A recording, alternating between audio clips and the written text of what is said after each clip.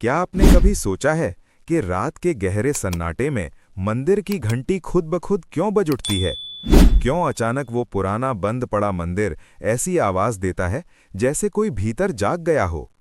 लोक कथाएं कहती हैं कि जब कोई अदृश्य शक्ति करवट लेती है तो पूरा गांव उसकी आहट महसूस करता है। आज सनातन उपाय संसार में हम उस रात की कहानी खोलने जा रहे हैं जिसे सुनकर आपका दिल रुक जाएगा, क्योंकि उस रात मंदिर के कपाट अपने आप खुले, अंदर दिव्य रोशनी चमकी और पुजारी जी ने जो देखा उसने उनकी जिंदगी हमेशा के लिए बदल दी। ये सिर्फ कथा नहीं, ये चेतावनी है। और अगर आप इस वीडियो को सुन रहे हैं तो शायद ये संदेश आपके लिए है। कभी कभी सन्नाटा भी चीखता है और वो चीख सीधे हमारी आत्मा को छू जाती है। क्या आपने कभी सोचा है कि एक पुराने बंद पड़े मंदिर में रात के ठीक 2:17 पर अचानक घंटी क्यों बजती है? ये कोई साधारण घटना नहीं है। न हवा का झोंका, न कोई जानवर, न कोई इंसानी कदम। आज की इस कथा में हम आपको लेकर चलेंगे वहां जहां इंसानी आवाजें नहीं, दैवत्व की चेतावनियां गूंजती हैं। और ये कहानी सिर्फ एक रहस्य नहीं है, ये एक ऐसी सच्चाई है जिसे सुनकर आपकी रीढ़ तक सिहर जाएगी। उस रात आकाश बिल्कुल काला था, चांद बादलों में कहीं खो गया था। हवा इतनी धीमी थी कि पेड़ों के पत्ते तक नहीं हिल रहे थे। गांव सो चुका था, पर उस मंदिर ने अपनी आंखें खोल दी थीं। दूर निर्जन पहाड़ के किनारे जंगल के बीच एक प्राचीन जर्जर मंदिर खड़ा था। दीवारों पर मोटी धूल, दरारों में उगे हुए काई के निशान और बंद पड़े कपाट जिन्हें दशकों से किसी ने छुआ तक नहीं था। लेकिन उसी रात टन टन टन घंटी की आवाज इतनी साफ, इतनी गहरी, जैसे किसी ने कूट कर इसे जबाया हो। गांव के सबसे वृद्ध पुजारी जी, जिन्हें बचपन से उस मंदिर से गहरा लगाव था, आवाज सुनते ही कांप उठे। उनकी आंखें नम हो गईं, क्योंकि उनके गुरु ने मृत्यु से पहले कहा था कि जिस दिन ये घंटी अपने आप बजेगी, समझ लेना कि कुछ बड़ा होने वाला है। पुजारी जी ने कांपते हाथों में एक फटी सी मशाल उठाई। उनके पांव लड़खड़ा रहे थे, सांसें तेज थीं, लेकिन श्रद्धा भय से कहीं ज्यादा बड़ी थी। जैसे ही वे मंदिर के पास पहुंचे, हवा बिल्कुल ठहर गई। जंगल का हर पत्ता शांत हो गया, जैसे पूरा प्रकृति इस दृश्य को देखने के लिए रुक गई हो। मंदिर के कपाट, जो 30-40 सालों से जमे हुए थे, आधे खुले थे, बिना किसी आवाज के, जैसे किसी दिव्य शक्ति ने उन्हें स्पर्श किया हो। और भीतर से हल्की सुनहरी रोशनी निकल रही थी, इतनी कोमल कि देखने पर आंखों में आंसू आ जाएं। पुजारी जी धीरे धीरे सीढ़ियां चढ़ने लगे। हर कदम के साथ उनका हृदय तेज धड़क रहा था। उन्हें लगा कोई उनके पीछे खड़ा है, लेकिन जब मुड़कर देखा, वहां कोई नहीं था। केवल घंटी, जो हवा बिना भी हल्के हल्के हिल रही थी, और अब आवाज नहीं आ रही थी, जैसे उसे पता हो कि पुजारी जी पहुंच गए हैं। पुजारी जी जैसे ही गर्भगृह के सामने पहुंचे, उनके पांव वहीं जम गए। मुंह खुला का खुला रह गया। आंसू खुद ब खुद बहने लगे, क्योंकि वहां वो मूर्ति थी जो सालों पहले चोरी हो गई थी। वही शिवलिंग जिसे पूरे गांव ने खो दिया था। वो कैसे लौट आया?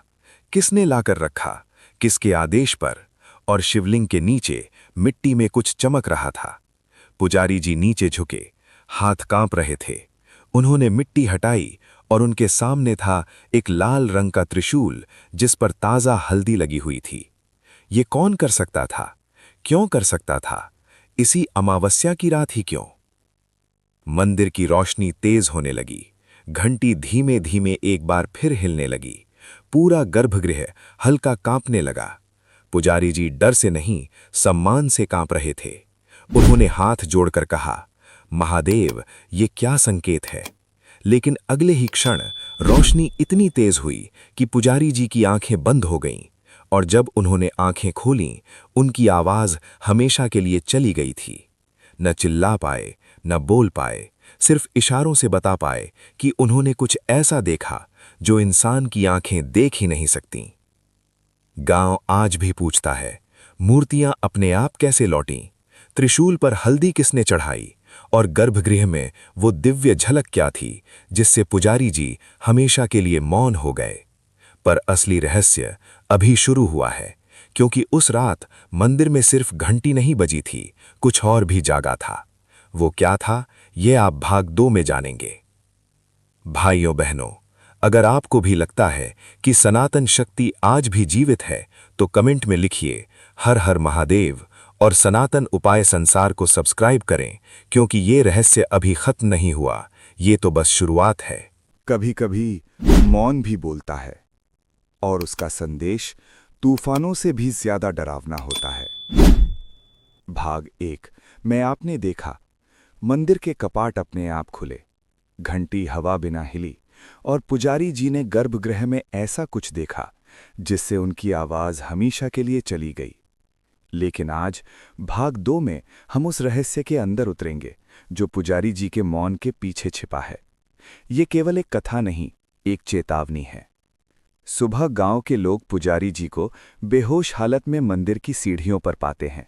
उनके हाथ कांप रहे थे, उनके चेहरे पर गहरा भय था और उनका गला जैसे किसी ने भीतर से बंद कर दिया हो। वे बोल नहीं पा रहे थे, एक शब्द भी नहीं। गांव वालों ने पानी दिया, सहलाया, पर पुजारी जी बस दूर कहीं देख रहे थे, जैसे उनकी आंखों में अभी भी वही दृश्य जिंदा हो। उनका शरीर कांप रहा था, लेकिन वजह कोई समझ नहीं पा रहा था। सारे गांव में चर्चा फैल गई। घंटी रात को अपने आप कैसे बजी? मूर्ति वापस कैसे आई? त्रिशूल पर ताजा हल्दी किसने चढ़ाई? पुजारी जी बोल क्यों नहीं पा रहे?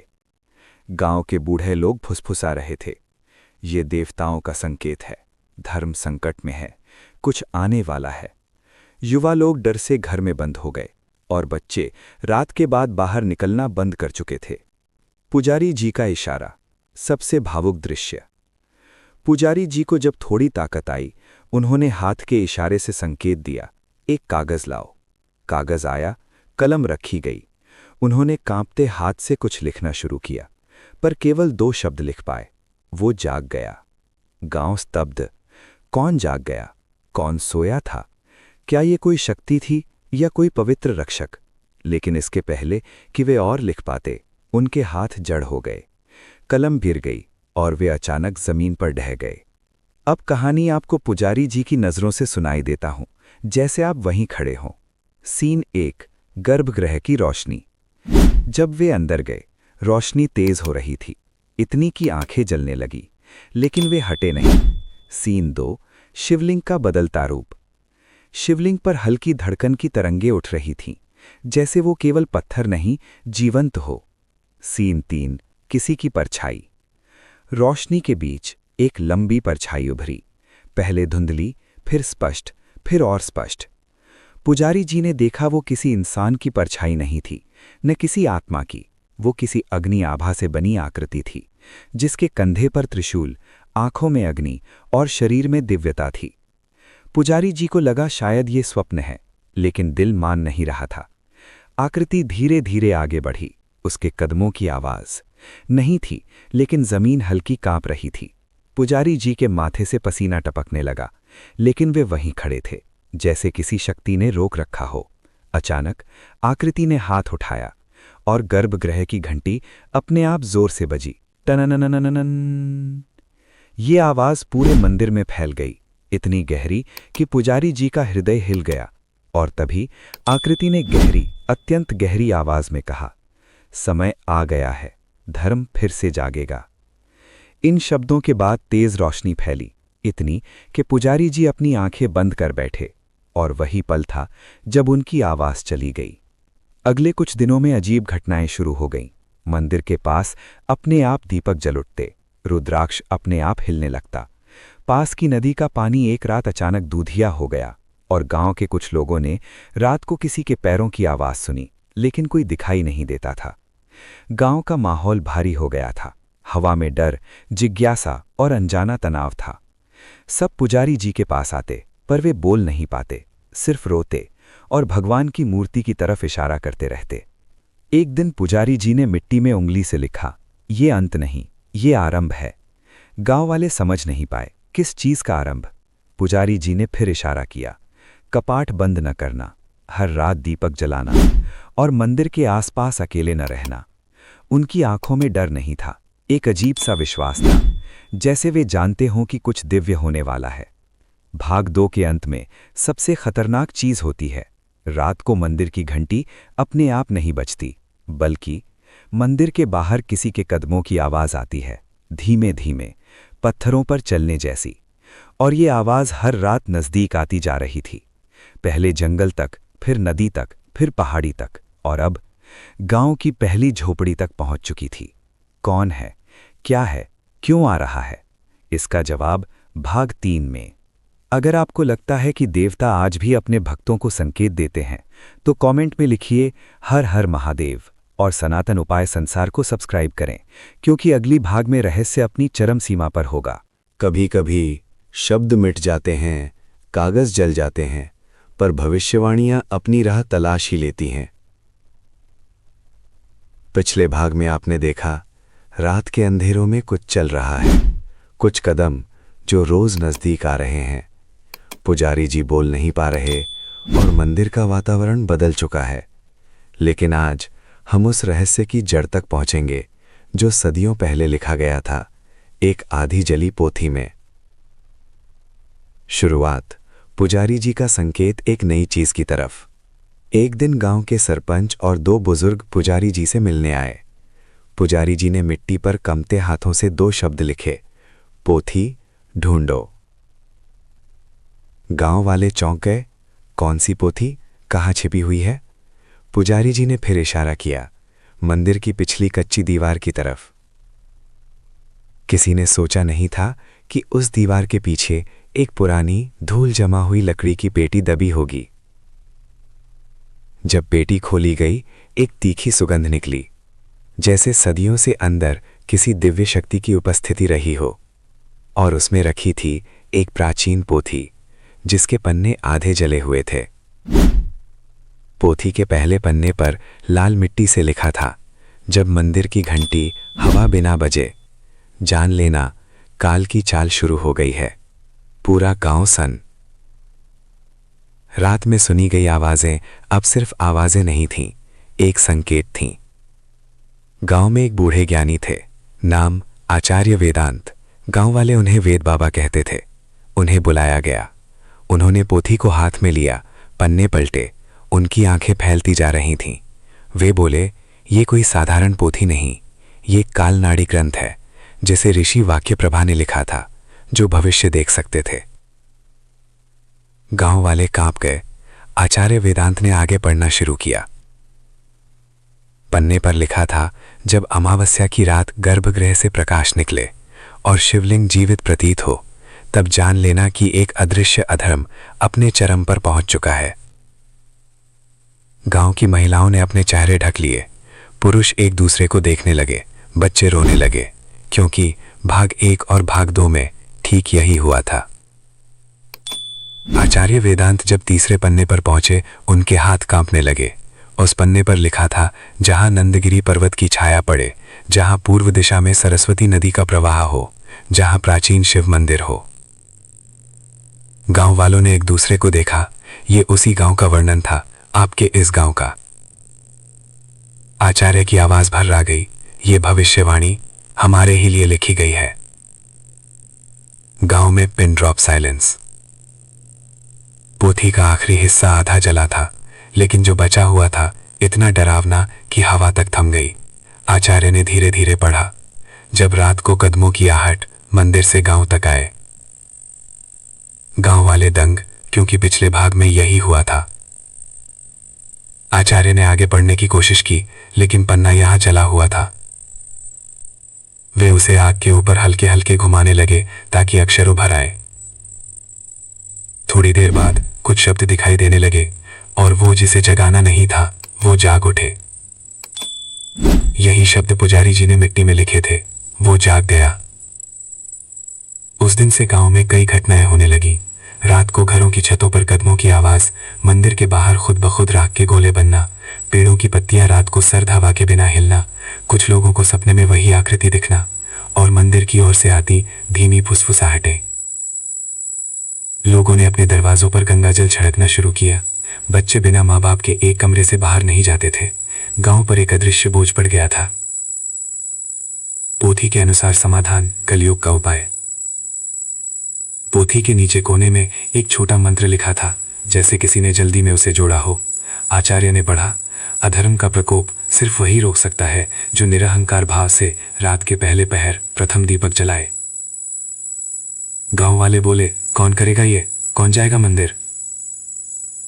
सब डर गए थे, सब पीछे हट गए। और तभी एक आवाज आई, मैं करूंगा। सब मुड़े। यह आवाज थी एक साधारण किसान की, नाम ओमकार। उसकी आंखों में डर नहीं, दृढ़ विश्वास था। लेकिन तब किसी ने पूछा, क्या यह दीपक लगाना ही काफी है? आचार्य ने पोथी पलटी, फिर पन्ने के अंतिम कोने में कुछ शब्द दिखे, पर दीपक तभी स्वीकार होगा जब दिल में कोई स्वार्थ ना हो। पोथी के अंतिम पन्ने पर आधा जला एक आखिरी वाक्य था, जैसे समय भी उसे छूने से डरता हो। धुंधले अक्षरों में लिखा था, वरना उस गांव की मिट्टी अपना इतिहास खुद लिखेगी और कोई भी उसका वर्तमान बचा नहीं पाएगा। गांव की सांस रुक गई, आंखों में डर, दिमाग में हलचल और दिल में एक सवाल, अब क्या होगा? क्या ओमकार सच में पहले पहर दीप जला पाएगा? क्या वो मंदिर तक पहुंच पाएगा? क्या वो सुरक्षित वापस लौट पाएगा? और सबसे बड़ा सवाल, क्या वो जिसे जगाना नहीं था वो पूरी तरह जाग चुका है? इसका जवाब भाग 4 में, जहां एक रहस्यमय अघोरी गांव में प्रवेश करेगा। अगर आपको लगता है कि शास्त्रों की भविष्यवाणी आज भी सच होती है तो कमेंट में लिखें हर हर महादेव और सनातन उपाय संसार को सब्सक्राइब करें। कहानी अब अपने सबसे खतरनाक मोड़ पर पहुंचने वाली है। सुबह का समय था।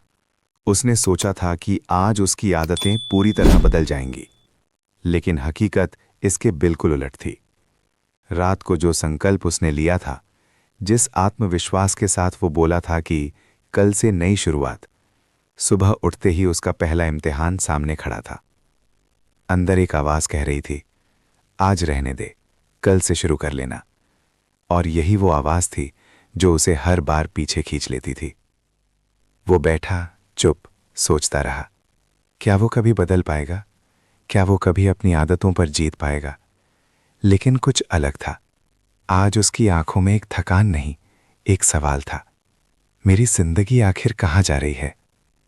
उसने आईने में खुद को देखा और पहली बार उसे लगा कि उसका असली दुश्मन दुनिया नहीं, उसकी कमजोर आदतें हैं। दिल धीरे धीरे भारी होने लगा। उसे याद आया कि उसने खुद से वादा किया था कि चाहे कुछ भी हो, इस बार पीछे नहीं हटेगा। वो उठा, थोड़ा चला, अपने कमरे को देखा। बिखराव, अव्यवस्था, सब उसकी आदतों का आईना था।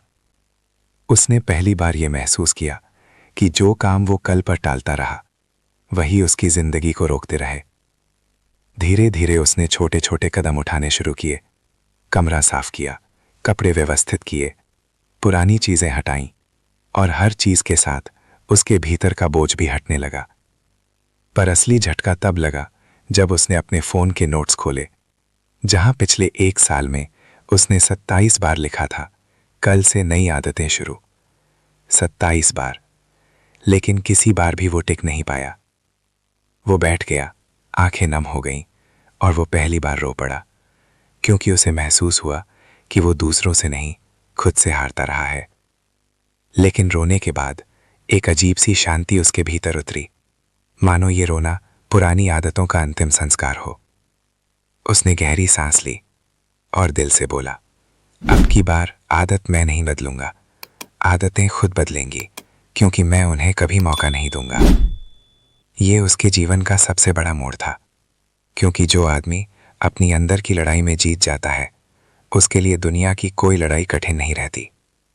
और आज इस चौथे भाग में उसने अपनी सबसे खतरनाक आदत को पहचान लिया, टाल मटोल, जो उसकी सारी सफलता का रास्ता रोक रही थी। पर अब कहानी बदल गई है। अब वो बदलने लगा है। अब उसके भीतर नया सूरज उगने वाला है। सुबह का मौसम शांत था, लेकिन उसके अंदर एक तूफान चल रहा था। कल पहली बार उसने अपनी आदतों को चुनौती दी थी, लेकिन आज असली परीक्षा थी। क्योंकि आदतें एक दिन में नहीं बदलती, वे बदला लेने आती हैं, वापस खींचने, गिराने और पुराने रास्ते पर धकेलने। और ठीक यही हुआ। जैसे ही उसने नए दिन की शुरुआत की, उसके सामने वही पुरानी आवाज उभर आई, आज मत कर, थोड़ा आराम कर, तू थक गया है। ये आवाज इतनी मीठी थी कि हर बार की तरह वो फंस सकता था, लेकिन इस बार कुछ और था। उसे याद आया कि वो 27 बार हार चुका है, 27 बार गिर चुका है, 27 बार खुद के सामने शर्मिंदा हुआ है। आज वो 28वीं बार नहीं गिरना चाहता था। उसने गहरी सांस ली और आत्मविश्वास से बोला, बस अब तू नहीं चलेगी, मैं चलूंगा। और वहीं से दिन का मोड़ शुरू हुआ। उसने छोटे छोटे कामों से शुरुआत की। बिस्तर ठीक किया, पानी पिया, हल्का स्ट्रेच किया, कमरे में रोशनी आने दी और सबसे ज़रूरी, फ़ोन दूर रख दिया। इन 5 छोटे निर्णयों ने उसके अंदर एक ऐसा असर पैदा किया जो बड़े बड़े भाषणों से भी नहीं होता। क्योंकि सच तो ये है, बदलाव बड़ी कस्मों से नहीं, छोटे छोटे कदमों से शुरू होता है। और आज वो वही छोटे कदम उठा रहा था। अचानक उसके मन में एक कड़वी याद चमकी। वो उन दिनों में खो गया जब उसकी आदतें उसे तोड़ चुकी थीं। एक ऐसा समय था जब वो देर रात तक जागता, सुबह देर से उठता, काम अधूरा छोड़ता और अपनी जिम्मेदारियों से भागता था। उसे याद आया कि कैसे वो खुद को ही खो चुका था। उसे लगा अगर वो उसी रास्ते पर चलता रहा तो उसकी जिंदगी का अंत साधारण नहीं, बर्बादी में होता। ये सोचते ही उसके रोंगटे खड़े हो गए। आज पहली बार उसे डर नहीं, जिम्मेदारी महसूस हुई। दोपहर तक उसका पूरा दिन बदल चुका था। वो वही इंसान था, पर उसकी सोच बदलने लगी थी। वो अपनी बात खुद लिख रहा था, वो अपनी जिंदगी खुद निर्देशित कर रहा था, वो अपने कल को खुद डिजाइन कर रहा था। उसे महसूस हुआ, मैं बदल सकता हूँ, मैं रुक नहीं सकता, मैं टूट नहीं सकता, मैं खुद अपना नया रूप बन सकता हूँ। ये सोच उसे अंदर तक हिला गई। लेकिन असली टर्निंग पॉइंट शाम को आया, जब वो टहलते टहलते एक पुराने पेड़ के पास पहुंचा।